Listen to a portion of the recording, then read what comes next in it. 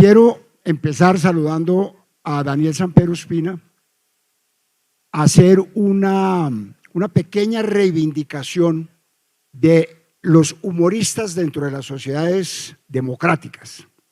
Voy ahorita a leer un pequeño fragmento de un prólogo que le hizo Álvaro Gómez Hurtado a un libro del caricaturista Héctor Osuna, donde habla al respecto y para plantear un poquito que en las sociedades verdaderamente democráticas y donde hay verdaderamente libertad de expresión, hay unos personajes que aparentemente cruzan una raya que se supone que no se debe cruzar, que son los humoristas. En una época exclusivamente los caricaturistas, hoy en términos generales muchas otras personas, uno de ellos Daniel Sampero Espina, y que esas líneas son tolerables si uno quiere, el cruce de esas líneas, si uno quiere hablar verdaderamente de una sociedad democrática. Voy a leer un poquito de lo que escribió Álvaro Gómez para que nos pongamos en ambiente. Él citaba a Sócrates para decir que lo que en Grecia los filósofos se consideraban el tábano que picaba a la sociedad para que estuviera alerta como el tábano picaba a los caballos. Esa era la función de los humoristas, en este caso de los caricaturistas. Y decía Álvaro Gómez: en el escenario de la vida pública, donde se causan y se reciben heridas, la presencia punzante del caricaturista es un hecho natural. La sociedad ha creado para él un estado de privilegio que le permite agredir sin responder, insinuar sin comprobar. Esta inmunidad se considera indispensable para el ejercicio de la sátira y hoy forma parte del conjunto de garantías que constituye nuestro invaluable sistema de libertad de prensa. Hago esto para que toleren lo que él va a hacer a continuación. Daniel, muy buenas tardes y una pregunta: ¿cuáles son los límites del humor?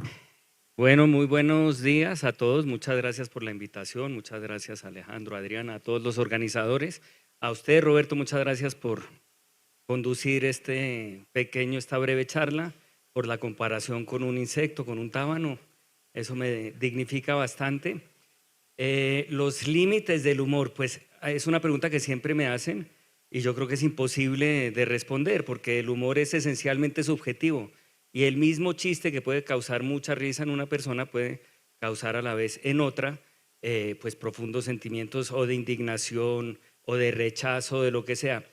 A mí siempre me gusta decir, cuando hay algún congresista que se aventura a intentar legislar sobre el humor, que los hay, recuerdo a uno del Centro Democrático, cuyo nombre ahorita se me va, uno que era grandote, ¿cómo se llama ese?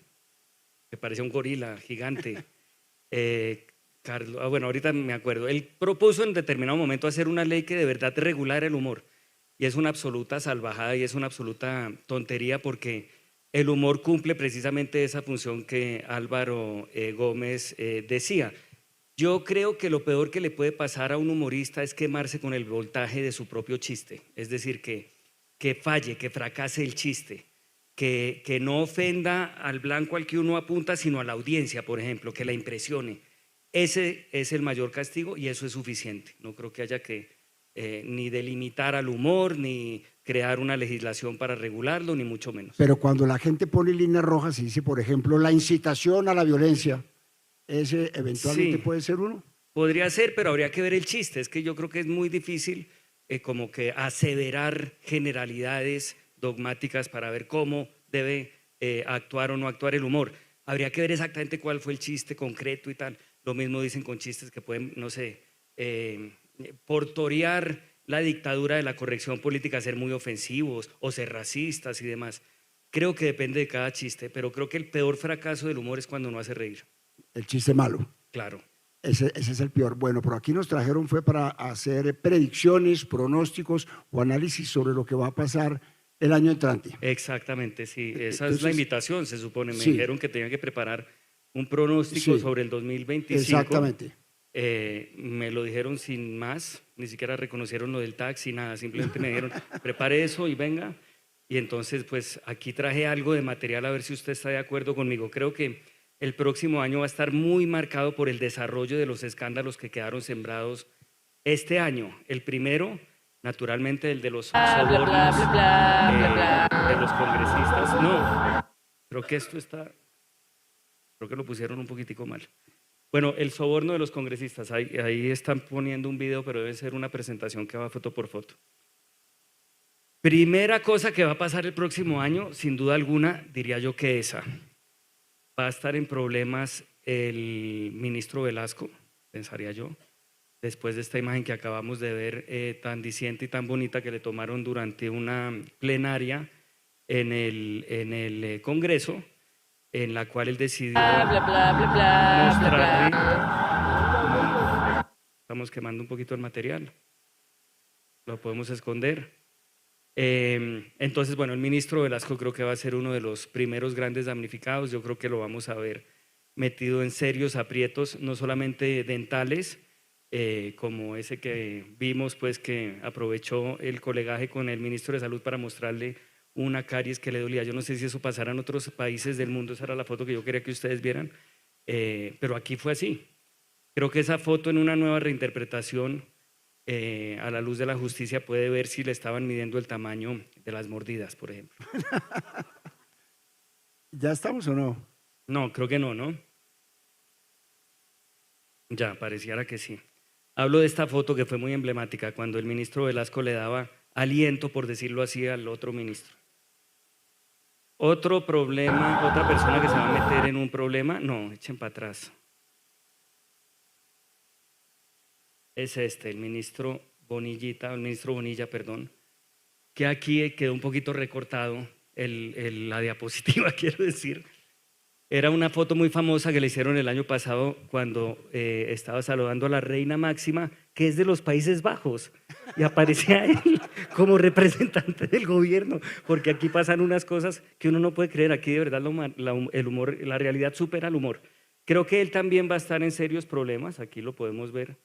El escándalo que quedó sembrado hoy del soborno a los ministros le llega a la altura por donde se pone el pantalón, es decir, le está llegando ya por el cuello, que es otra cosa que no entiendo por qué tiene, él va subiéndose el pantalón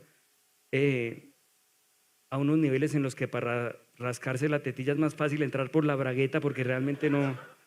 Entonces creo que él también va a estar en unos serios, pero serios aprietos. Hay que defender al ministro, hay que tratar de salvarlo, porque una de mis preocupaciones es que la ficha de detención se ve así. Claro que ahí está cortado. No, ¿Qué pasó? esto está saliendo mal.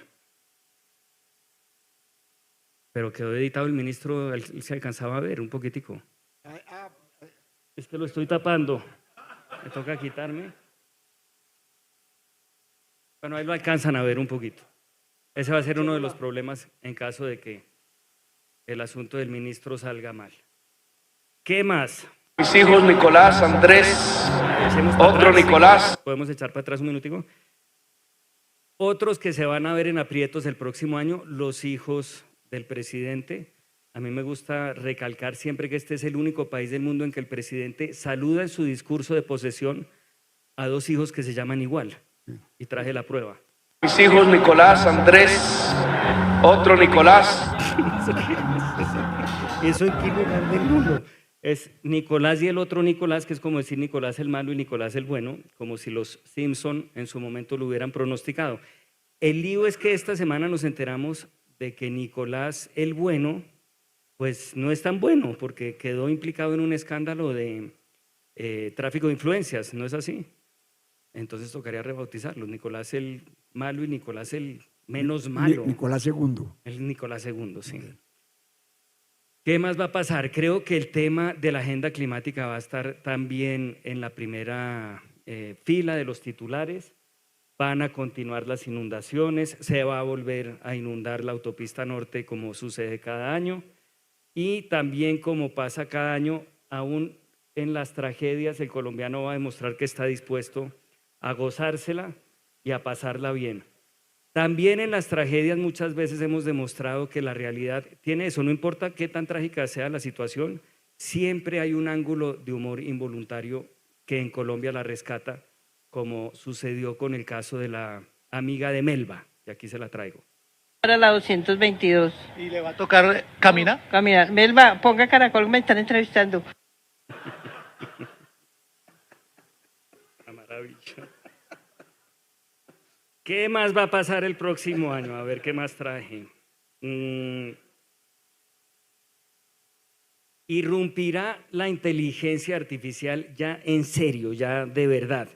Roy Barreras en su momento nos lo había advertido, yo creo que fueron las dos cosas más importantes de la gestión de Roy Barreras este año, fue lograr que nos volvieran a poner la visa y advertirnos que se viene la inteligencia artificial con este video que él mismo produjo y él mismo publicó. Usted puede creer que este Roy de arriba no existe, es imaginario, es generado en un programa de inteligencia artificial. Que eso es mentira. El de arriba. Estoy seguro que el de arriba es Roy Barreras con un saco claro, azul. claro. Está mintiéndonos, con un saco azul que él tenía de cuando era pastranista o algo así. En todo caso, Roy Barreras va a ser uno de los grandes beneficiados de la inteligencia artificial porque la va a utilizar para justificar todas las fotos y videos que salgan de él en el pasado como esta. Usted puede creer que este Roy de arriba no existe, es imaginario, es generado en un programa de inteligencia artificial. Bueno, entonces Roy Barreras va a ser uno de los grandes beneficiarios de la inteligencia artificial, pero sí creo que va a irrumpir con fuerza y eso va a ser una verdadera tragedia pues para entender qué es real y qué no. No sé si ustedes tengan cuenta de Twitter, pero desde antier hay una función totalmente gratuita en la cual usted al post de Twitter le puede dar unas indicaciones breves y le genera una imagen de inteligencia artificial, incluso con seres humanos que existen.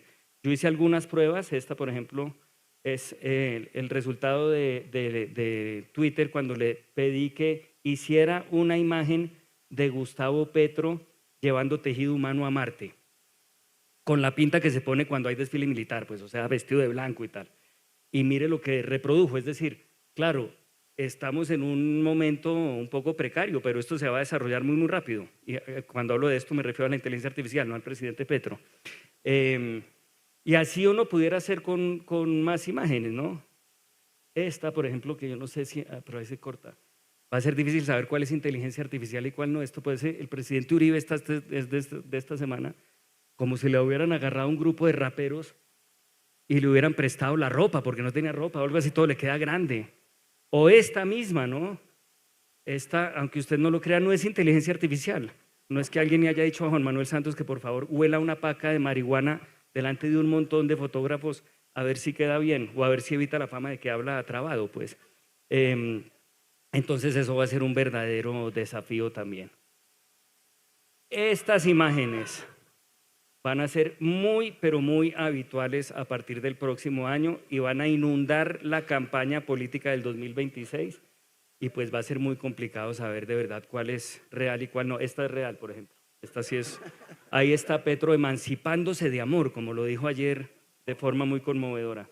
Entonces creo que la inteligencia artificial va a entrar a nuestras vidas a partir del 2025, no saldrá nunca más, va a causar verdaderos terremotos en todo, también en la política, y va a ser muy complicado saber qué es verdad y qué no. Y obviamente pues viene el tema de la campaña electoral, ¿no? ¿Cómo la ve? Pues vamos a ver cómo sale la campaña, pero ya empiezan a sonar algunos candidatos como los que estaban aquí sentados hace poquito. Está también Miguel Uribe, que como se puede ver ahí tiene una gran carrera. Todos la pueden mirar de cerca. Yo creo que él va a ser un candidato importante y creo que Claudia López también, y creo que uno de los desafíos del 2026 va a ser reconocerlos en el tarjetón. ¿Cuál es cuál?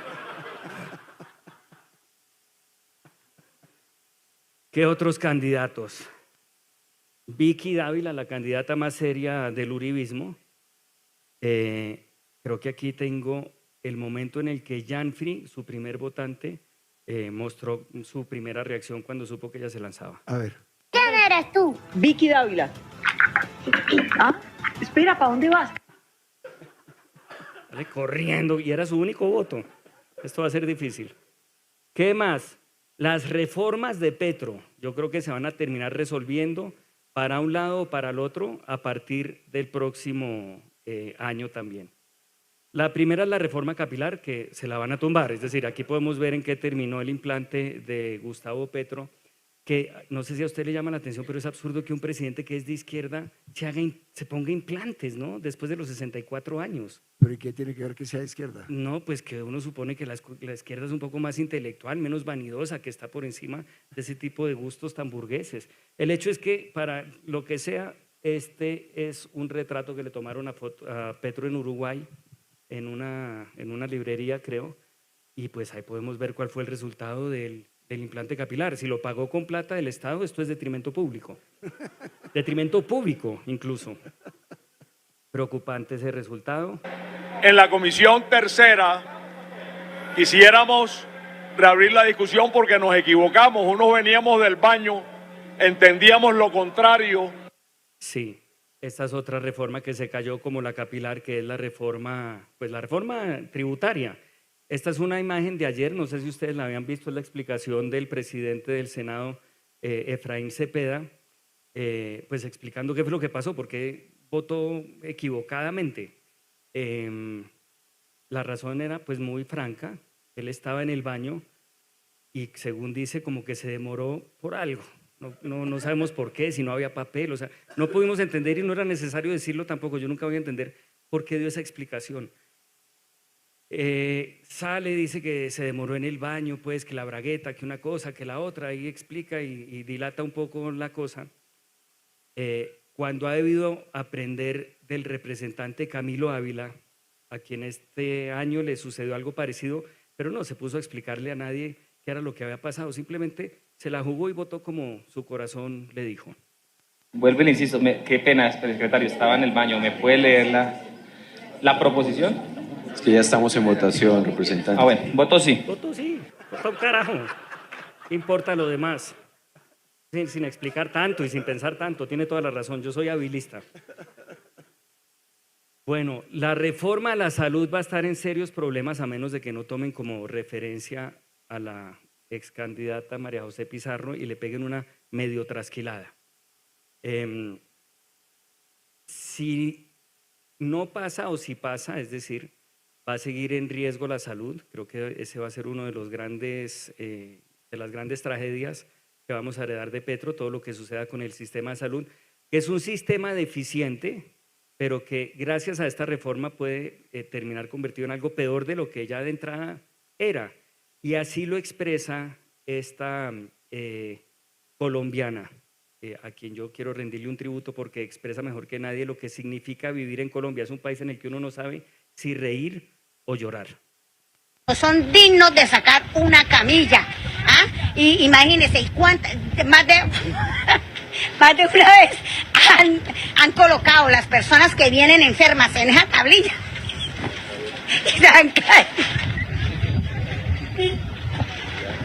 y se han caído. Si no se mueren de la enfermedad o del ataque o del tiro, se mueren de golpe, sí. Bueno, y nos queda creo que un minuto, ¿no? Por reloj, un minuto 30. Nos queda 1 minuto 37. Sí. Para hacer esto, que yo no sé si es un pronóstico o una promesa, pero usted me ayuda a descifrarlo, lo dijo Gustavo Petro anoche en uno de los discursos más efervescentes que a la fecha ha dado. Pero a partir del 1 de enero, después del guayabo, yo ya no tomo tragos fuertes porque me da la gastritis, no me deja. La gastritis es una mezcla entre tristeza y gastritis, que es esos híbridos que produce el trago, ¿no? Como la guayola y otros, de los que no vamos a hablar. No, de esos va a hablar mejor el embajador en Tailandia, que se posesionará el próximo año sin que pase absolutamente nada. Esto no sé si va a pasar. Mi pronóstico es que es mentira, es decir, que él no deja los tragos fuertes a partir del 1 de enero y prefiere invertir una plata en omeprazol o en alguna cosa que le cure la gastritis, pero seguirá teniendo este tipo de inspiraciones. 2 preguntas de carácter práctico de su oficio. ¿Qué tanto le toca cambiar, con qué tanta frecuencia le toca cambiar sus libretos por cuenta de la cantidad de cosas que suceden? Pues fíjese lo que pasó ayer, preparamos esta cosa con Roberto fue fundamental, él fue el que tiró toda la línea, yo hice una cosa pues menor de operativa. Y ya cuando lo habíamos terminado y mandado y tal, pues tocó añadir lo de Petro, y eso que solo pusimos el pedacito de la gastritis, ¿no? porque ayer dijo muchas otras cosas que pues por respeto al horario y al almuerzo que viene no podemos seguir diciendo, pero dijo maravillas defendiendo el nombramiento de Daniel Mendoza como embajador en Tailandia, defendiendo a su hijo Nicolás el menos malo, a quien lo defendió acusándolo, porque dijo, ay, antes también se robaban hurra, como diciendo, ahora nosotros llegamos y la robamos y entonces nosotros sí no podemos, clasistas, déjenos robar a nosotros también. Y también defendió, creo que a Irene Vélez, atacándola también, diciendo, una pobre señora que va al aeropuerto, comete un pequeño tráfico de influencias para poder sacar al hijo y no estaba preparada para eso, ni para ser ministra, ni para nada, entonces déjenla tranquila. Entonces digamos que sí toca cambiarlo permanentemente, esto es una hemorragia. Yo estaba muy preocupado cuando terminó el gobierno de Iván Duque, a quien le debo mucho, le pagué la ortodoxia a mis hijas gracias a él, y no sabía que continuaba, pero realmente la gratitud de todo el gremio de humoristas con Gustavo Petro no tiene precio. Pues. Y finalmente, para terminar con lo que empezamos, ¿qué tan tolerante ha sido la sociedad que usted critica con sus chistes? No, yo podría posar de víctima y decir que he tenido ataques, y los he tenido, y campañas de desprestigio y cosas así de líderes políticos y calumnias, muchas, pero realmente bien. Ahí tengo un show, vive repleto, los contenidos que hago los ven mucho, entonces no tengo quejas, al revés, vivo muy agradecido con todos y en particular con los gobiernos que he tenido que cubrir. Un aplauso para Daniel Samperos. Muchas gracias.